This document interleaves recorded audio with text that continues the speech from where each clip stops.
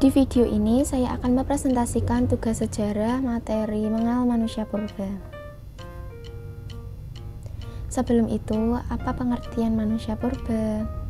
Manusia purba adalah makhluk hidup yang sudah ada jauh sebelum manusia terlahir di bumi. Banyak yang mengatakan bahwa manusia zaman purba merupakan nenek moyang manusia zaman modern saat ini. Lalu siapakah Bapak Paleoantropologi? Bapak Paleoantropologi yaitu Profesor Dr. Teuku Jakob, lahir di Perelak, Aceh Timur 6 Desember 1929 dan meninggal di Yogyakarta 17 Oktober 2007 pada usia 77 tahun. Dia adalah guru besar emeritus dalam bidang antropologi fisik Universitas Gadjah Mada yang dikenal atas penelitiannya terhadap berbagai fosil yang ditemukan di Pulau Jawa. Profesor Dr. Teuku Jakob memang terkenal berkat temuan fosil Homo erectus di Sangiran Sragen serta Homo floresiensis di liang buah Pulau Flores. Dan ini adalah beberapa buku karya Teuku Jakob.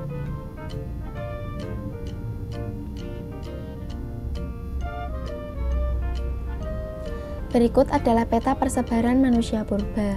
Yang pertama ada Sangiran, kemudian yang kedua ada Trinil, yang ketiga ada Ngandong, dan yang keempat ada Mojokerto. Yang pertama adalah Sangiran. Sangiran terletak di kaki Gunung Lawu sekitar 15 km dari Sungai Bengawan Solo. Para peneliti menganggap Sangiran sebagai pusat peradaban besar, penting, dan lengkap manusia purba di dunia karena memberikan petunjuk tentang keberadaan manusia sejak 150.000 tahun yang lalu. Di Sangiran menyimpan kekayaan berupa fosil-fosil purbakala, mulai dari fosil manusia purba, binatang-binatang purba, hingga hasil kebudayaan manusia praaksara. Pada tahun 1936 sampai dengan 1941, GHR von Koenigswald dan F.V. Deinreich melakukan penyelidikan di sepanjang Sungai Bengawan Solo dan berhasil menemukan fosil tengkorak manusia purba yang disebut Meganthropus paleojavanicus. Lalu ada juga Trinil. Trinil adalah situs manusia purba di tepi Sungai Bengawan Solo di Kabupaten Ngawi, Provinsi Jawa Timur, Indonesia. Di situs ini pada tahun 1891, ahli anatomi Belanda Eugen Dubois menemukan manusia purba pertama yang ditemukan di luar Eropa, yaitu spesiesmen manusia Jawa yang awalnya diberi nama Pithecanthropus erectus. Kemudian di daerah Mojokerto, Jawa Timur ditemukan salah satu jenis manusia purba yang disebut Pithecanthropus mojokertensis. Jenis Pithecanthropus mojokertensis masih termasuk kategori Homo erectus. Penemuan Pithecanthropus mojokertensis adalah von Koenigswald.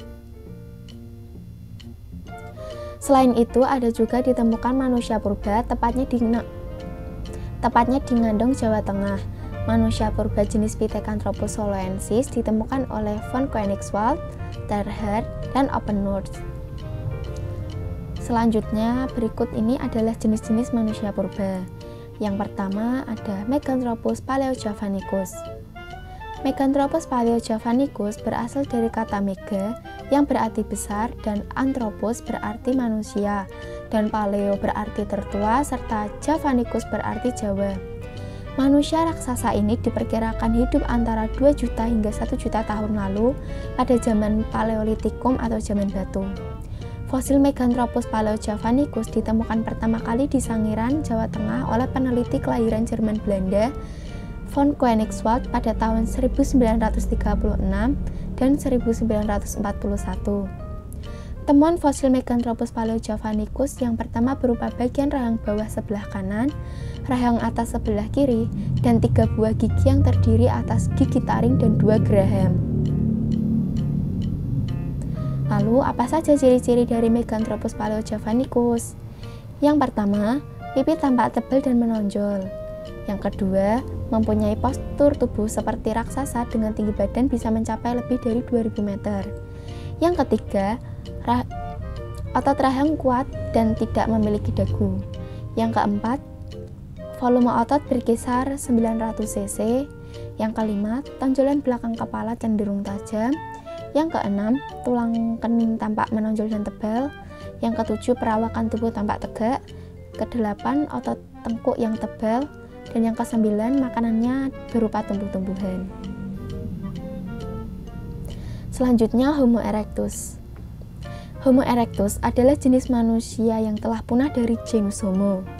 Pakar anatomi asal Belanda, Ejun Du Bois, pada tahun 1890-an menggambarkannya sebagai Pithecanthropus erectus atau manusia Jawa berdasarkan fosil tempurung kepala dan tulang paha yang ditemukan timnya di Trinil, Ngawi, Jawa Timur. Homo erectus adalah takson paling penting dalam sejarah manusia sebelum pada tahapan Homo sapiens, manusia modern.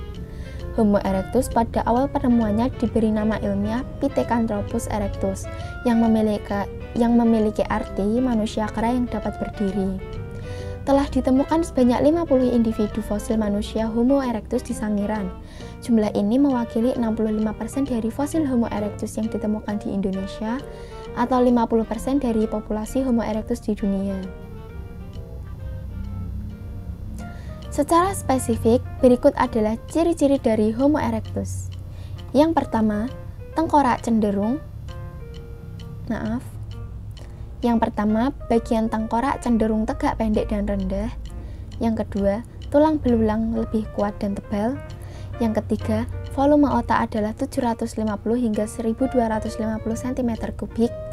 Yang keempat, bagian okpital pada tengkorak cenderung luas.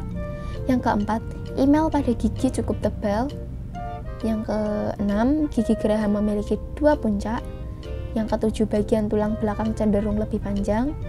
Yang kedelapan, kaki dan lengan memiliki proporsi yang sudah modern. Yang kesembilan, secara umum anatominya adalah bipedal. Dan yang kesepuluh, mulut menjorok, pipi menonjol dan lebar, kening menonjol, orbit matanya cenderung persegi. Kemudian Homo sapiens. Homo sapiens atau manusia cerdas adalah manusia purba yang terbentuk setelah terjadi proses evolusi selama ribuan tahun. Manusia jenis ini tidak hanya mampu membuat peralatan untuk sehari-hari, tetapi juga menggunakan akal dan memiliki sifat seperti manusia modern. Ciri-ciri fisiknya juga hampir menyamai fisik manusia yang hidup di masa sekarang. Homo sapiens merupakan spesies yang sangat tangguh dalam beradaptasi dengan lingkungannya. Selain itu, kapasitas otaknya jauh lebih besar daripada jenis manusia sebelumnya. Kemudian, ciri-ciri Homo sapiens apa saja? Ciri-ciri Homo sapiens. Yang pertama, tinggi badan berkisar antara 130 hingga 210 cm. Yang kedua, berat badan antara 30 sampai 150 kg. Yang ketiga, volume otak antara 1000 hingga 2000 cc. Yang keempat, reduksi pada bagian gigi, rahang, dan otot-otot kunyah sehingga mulai terdapat dagu pada rahang bawah. Yang kelima, otot-otot dan tulang-tulang ukurnya menjadi lebih mungil. Yang keenam, telah menggunakan bahasa untuk berkomunikasi.